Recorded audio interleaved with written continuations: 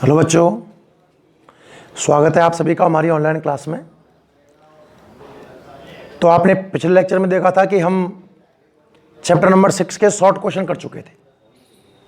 इसी क्रम में हम आगे बढ़ते हैं और बात करते हैं न्यूमेरिकल्स की। क्वेश्चन नंबर 1 देखिएगा। पहला जो न्यूमेरिकल है,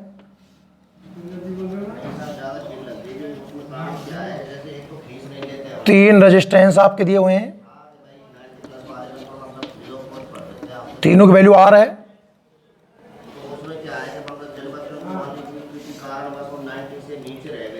ये आर है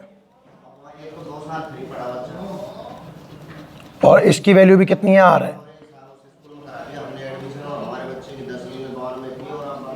स्मॉल ए, ये स्मॉल सी, ये स्मॉल डी, ये स्मॉल बी। क्वेश्चन है find the equivalent resistance between point A and B. जो पॉइंट आपको स्मॉल ए और स्मॉल बी दिख रहे हैं ना, इनके बीच में नेट रेजिस्टेंस निकालना है। बच्चों ध्यान से देखा जाए तो अपने आप में एक बीट स्टोन है। ये कैसे आप समझें, देखो मैं आपको इसको फीलिंग दिलाऊं। यहां पॉइंट आप ए लिखो और लास्ट में पॉइंट आप बी लिखो, ऊपर कहीं भी सी लिख लो और यहां कहीं भी डी लिख लो। महसूस करना आप इस चीज को। ये रेजिस्टेंस मैं गोला करता हूं, ए और सी के बीच में लगा हुआ है, तो आप ए और सी के बीच में एक रेजिस्टेंस लगा दीजिए। ये रेजिस्टेंस सी और डी के बीच में लगा हुआ है, तो आप सी और डी के बीच में एक रेजिस्टेंस लगा दीजिए। ये रेजिस्टेंस आप डी और बी के बीच में लगा हुआ है, तो डी और बी के बीच में आप ये रेजिस्टेंस लगा दीजिए। ये रेजिस्टेंस ए और डी के बीच में लगा हुआ है, तो ए और डी के बीच में आप ये रेजिस्टेंस लगा दीजिए। और ये रेजिस्टेंस ध्यान से देखो सी और बी के बीच में है, तो सी और बी के बीच में एक रेजिस्टेंस और लगा दीजिए। तो आप देखो कि क्या बीट स्टोन बना, क्या बीट स्टोन बना। बात यही है, जो डायग्राम ऊपर का है वही डायग्राम नीचे का है। और अब आपको बीट स्टोन फील भी आ रहा होगा, है ना, ठीक है ना भाई। अब ध्यान से देखें हैं तो ये बीट स्टोन बैलेंसिंग कंडीशन में है। बैलेंसिंग का पता कैसे चलता है, आर बटे आर 1 आएगा और ये भी आर बटे आर कितना आएगा, 1। और जब बीट स्टोन बैलेंसिंग कंडीशन में होता है ना, तो इसमें कोई करंट नहीं आता, आप याद करो।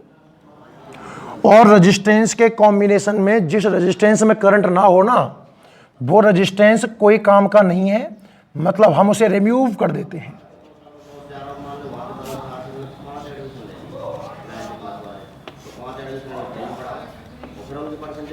ये देखो ध्यान से, ठीक है। यहां तक इस तरीके का डायग्राम बन जाएगा। इससे ये बना, बैलेंसिंग ना होता तो आप ना हटा पाते, पर बैलेंसिंग में है इसलिए आप इसको हटा दो। अब देखो आप, ये आर और आर सीरीज में है और ये भी सीरीज में है। आर और आर का सीरीज कितना आएगा, 2R, ऊपर 2R, और आर का सीरीज नीचे भी कितना आएगा, 2R, ठीक है।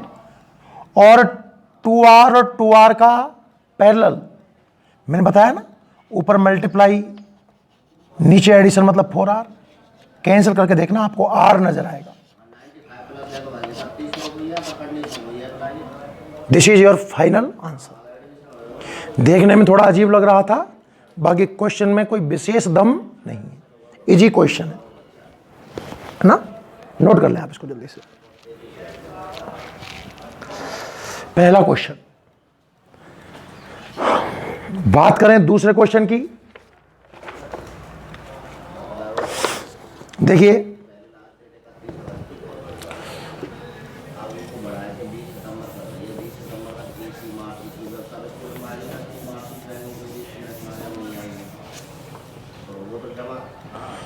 दूसरे क्वेश्चन में आपको एक डायग्राम बना के दिया हुआ है।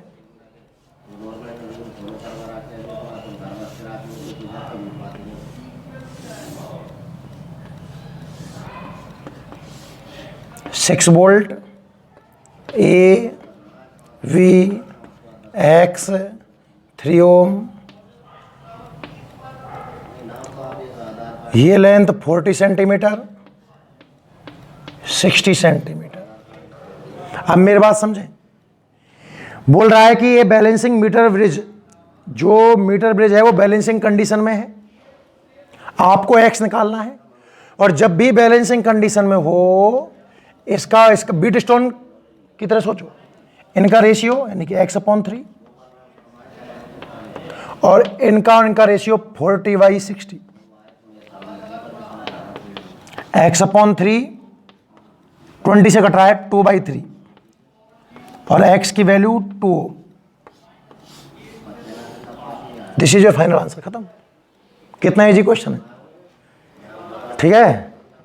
क्वेश्चन नंबर 3 पर हम विचार करते हैं, सोचिए।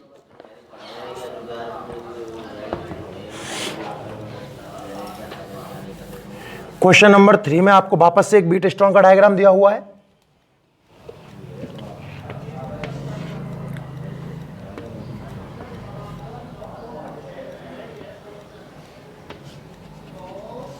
$100 ओम,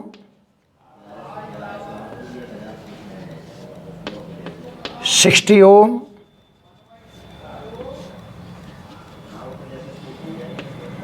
10 ओम, 5 ओम।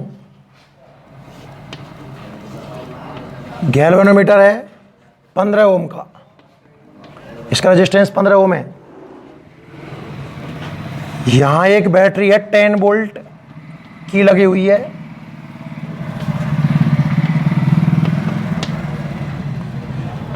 ए बी सी डी। क्वेश्चन बोल रहा है कि Wheatstone bridge shown as in figure, find the current flowing in galvanometer. Galvanometer में कितना करंट होगा। पहले तो आप ये देखो कि बैलेंसिंग कंडीशन है या नहीं है। अगर बैलेंसिंग कंडीशन होगी तो आंसर 0 आएगा। इन दोनों का रेशियो देखा मैंने 100/10, 10 आया, और इन दोनों का रेशियो देखा 60/5, 12 आया। बैलेंसिंग कंडीशन नहीं है।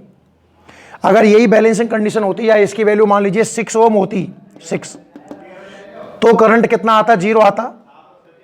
पर अभी तो कोई ना कोई करंट आएगा, कितना आएगा वो मुझे निकालना है। कैसे निकालूं, ध्यान से देखना। यहां से मान लो आई करंट आया, कितना करंट आया, आई। यहां जाकर करंट 2 भागों में डिवाइड हो जाएगा।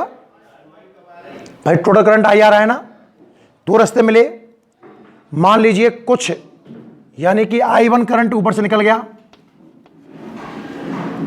तो बचा हुआ कितना बचा, I - I1, वो नीचे से निकलेगा। समझिएगा ध्यान से। I आया 2 हिस्सों में बट गया I1, और बचा हुआ यहां से। फिर ये I1 यहां आकर के कुछ नीचे गया।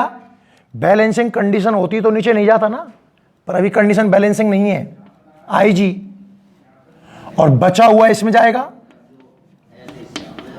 I1 - IG। टोटल I1 आया था ना। फिर देखो IG इधर से आया, I - I1 इधर से आया, तो इसमें I - I1 प्लस IG, और दोनों मिलकर I बाहर निकलेगा।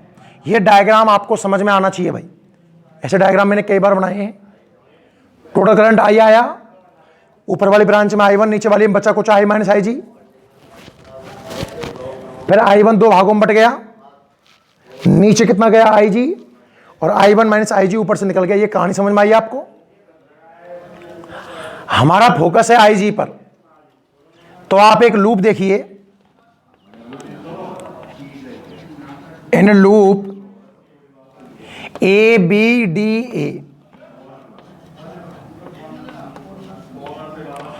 KVL, किरचॉफ का सेकंड लॉ लगा के देखिए। किरचॉफ का सेकंड लॉ क्या कहेगा, राउंड लगाना है पूरा, एक रेजिस्टेंस के लिए, फिर बैटरी के लिए।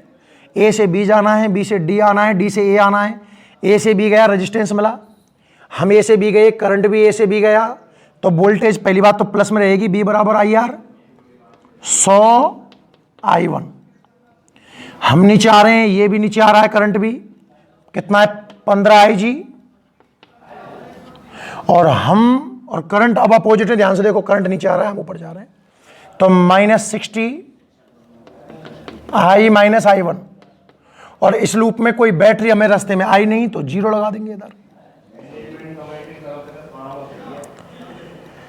विस्तार से लिखें इसको, देखो इनमें से 5 कट के 0 में चला जाएगा, 5 कटेगा तो ये बचेगा 20 I1, 5 से कटेगा तो 3IG, 12 बचा ना, तो 12I प्लस 12I1 बराबर 0। अब समीकरण बना लो इसको, 20 और 12 32I1 minus 12I plus 3IG बराबर 0। इक्वेशन नंबर 1 समझ में आ गया। दूसरा लूप देखिए आप, इन लूप BCDV, और इसमें अगर मैं KVL लगाऊं, तो B से C आए हमारे डायरेक्शन में ही है, प्लस में आएगा, या आपको सब समझ में आ जाना चाहिए भाई। फिर C से D गए तो उल्टे नेगेटिव -5, और ऊपर जाएंगे तो माइनस का 15IG। बैटरी आई नहीं तो बराबर कितना आएगा 0। 5 कॉमन लेके 0 में चला जाएगा, कट जाएगा दोनों साइड से, तो ये बनेगा 2I1 minus 2IG minus 3IG बराबर 0।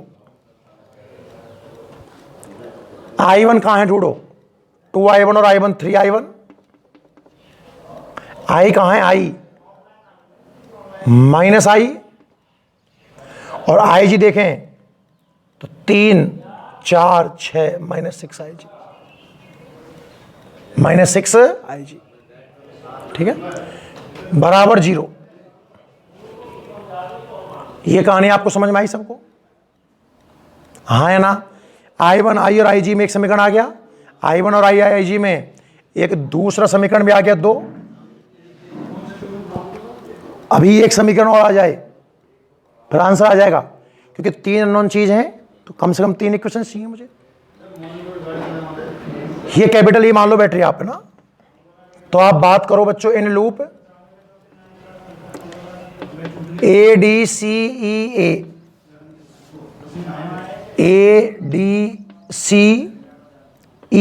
बार बार, तो A से D गए हमारी दिशा में है तो प्लस में आएगा 60I माइनस I1,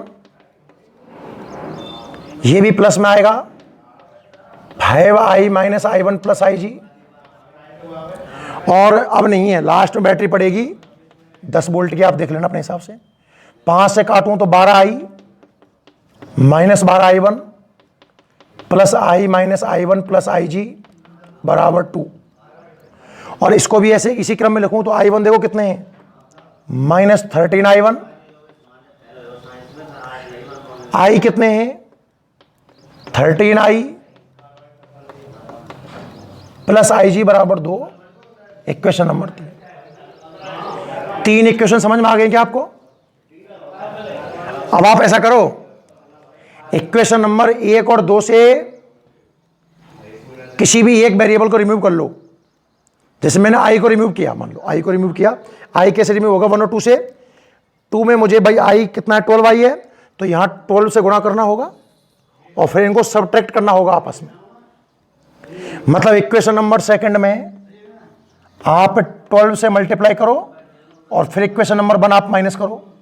देखना 12 से मल्टीप्लाई किया 36I1, और 36I1 में से 32I1 घटाएंगे तो कितना बचेगा 4I1। यहां देखो -12I, इसे माइनस करूंगा तो ये प्लस का होकर कट जाएगा।